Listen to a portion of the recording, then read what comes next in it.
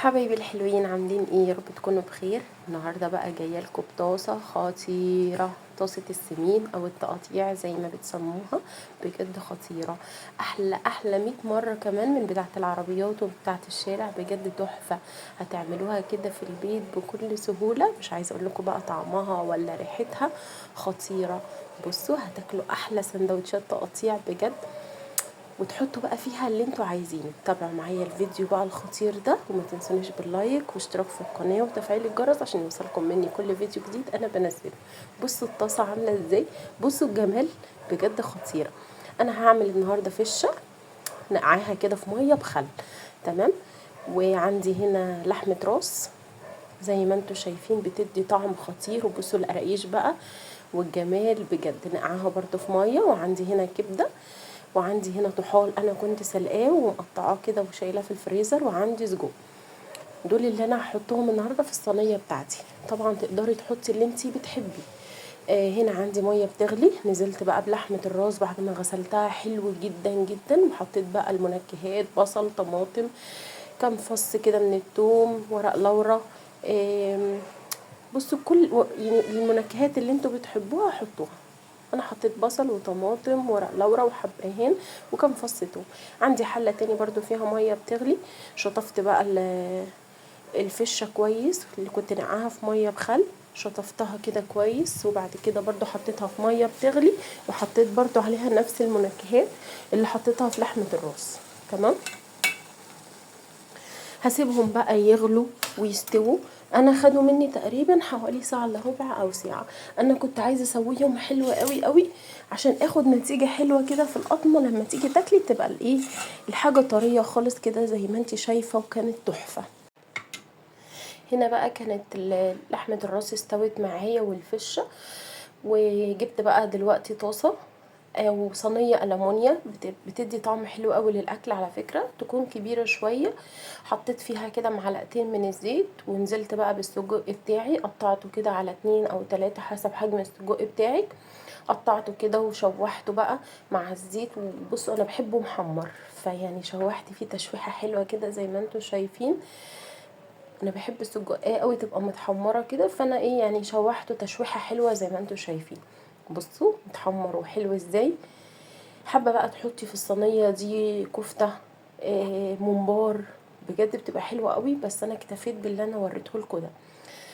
هنا حطيت بقى السجق بعد ما اتحمر معايا ركنته على جنب. عندي هنا بقى كميه بصل حلوه، يعني 4 بصلات كده حلوين كبار، قطعتهم كده جوانح زي ما انتوا شايفين. انا مش عايزه البصل يحمر خالص خالص معايا، انا عايزاه يدبل. اديته رشه كده من الملح، هديله تقلبتين بس يدبل معايا. زي ما انتوا شايفين البصل كمان بيديها طعم حلو قوي، او بيخليها تبقى مسكره كده وحلوه. فهديله برضو كام تقليبه كده زي ما انتوا شايفين معايا. بجد صينيه خطيره. قولوا لي بقى بتجيبوا السندوتش ده من بره بكام؟ انتوا بقى هتعملوه في البيت بالطريقه اللي انا هقول لكم عليها، والله والله هتاخدوا احلى طعم، احلى طعم هتاخدوه. مش عايزه اقول لكم بقى الطعم والريحه ومفيش اي زفاره للفشه ولا لحمه الراس. لحمه الراس دي من الحاجات الحلوه قوي قوي قوي. بس اهم حاجه تغسليها كويس وتشطفيها برضو حلوة قوي، وتحطيها بقى في ميه بتغلي كده، والمنكهات هتديكي طعم حلو قوي لحمه الراس. والفشه زي ما قلت لكم اهم حاجه برضو تنقعيها في ميه وخل، وبعد كده تشطفيها كويس وتسلقيها. والطحال نفس الكلام، بس انا كنت سلقاه من قبلها يعني عشان بياخد وقت وكده. نقعته برضو في ميه وخل، وقشرته الاول طبعا نضفته، وبعد كده قطعته الكميات اللي انا عايزاها وشلته في الفريزر. هنا عندي الكبده بتاعتي. انا بحب قوي قوي قوي الكبده انقعها الاول كده في ايه، في توم دقاه كده فرماه مع قرن فلفل، وحطله كده التوابل. معلقه صغيره من الكمون، معلقه صغيره من الكزبره، ومعلقه هريسه شطه كده. والثوم انا دقه معاه فلفل سبايسي. بصوا بنقعه كده في الكبده كده، بحس الكبده بتتبل حلوه قوي، بتديني طعم كمان جميل للكبده. فجربوا ان انتوا تنقعوها كده في التتبيله بتاعتها، بتبقى حلوه جدا. بصوا السجق كده انا بحبه قوي قوي متحمر التحميره دي. طبعا الكبده من الحاجات اللي بتستوي بسرعه. هنا عندي بقيه التوم اللي كنت فرماه مع الفلفل، حطيته برضو على الكبده عشان يديني طعم حلو كده. الكبده من الحاجات اللي ما بتاخدش وقت خالص خالص في السوا، فانا بفضل اقلبها كده لحد ما لونها يتغير زي ما انتوا شايفين وتستوي معايا.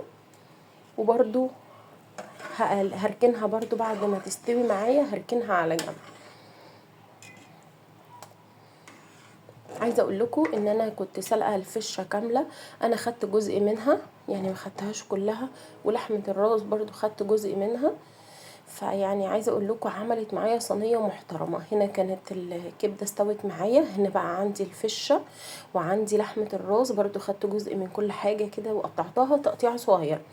قطعيها تقطيعه صغيره عشان يبقى طعمها حلو. هنا برضو الطحال قطعته برضو قطع صغيره كده زي ما انتوا شايفين، وحطيته عليهم بقى كده. هحمر التلاتة مع بعض، طبعا دول مستويين فهديهم بس ايه تحميرة كده وتشويحة حلوة. الفشة مع لحمة الراس مع الطحال بجد خطيرة. هفضل اقلب فيها بقى وهعمل لها بقى الدقة الخطيرة الخطيرة. هنحط كده شوية توابل بيزيدوها جمال، والله بيزيدوها كده طعامة وحلاوة.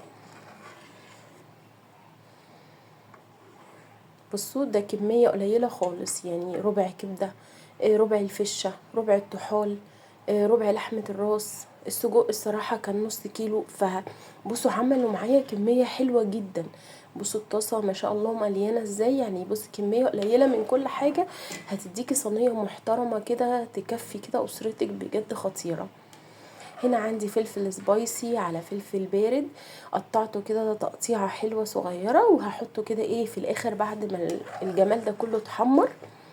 فهحطه كده في الاخر عشان يحتفظ كده بلونه وبقرمشته زي ما انتوا شايفين. هنا بقى عندي معلقه صغيره من كل حاجه، فلفل اسود، كمون وكزبره، وملح طبعا. وايه نزلت بقى بالجمال ده، الدقه الخطيره دي اللي بتزود طعم التقطيع حلاوه، بجد بتخليها خطيره. بصوا نزلت بقى وهفضل اقلب وكده. خلاص الصينيه بقت جاهزه معايا، بجد جربوها هتعجبكم جدا. عايزه اقول لكم ان بتتقدم معاها بقى جنبها جرجير كده بتبقى خطيره. جربوها مع الجرجير بجد هتعجبكم قوي. بصوا شكلها زي ما قلت لكم، تقدروا تعملوا معاها كور كفته كده بجد بتبقى حلوه قوي، او تحطوا معاها ممبار. بس انا للاسف ولا عملت ده ولا عملت ده، فاستكفيت باللي انا عملته. كانت بجد خطيره، ريحه وطعم جباره. وجربوا تعملوا الدقه كده تتبلوا بيها الكبده كمان، برضو بتديها طعم حلو قوي على فكره.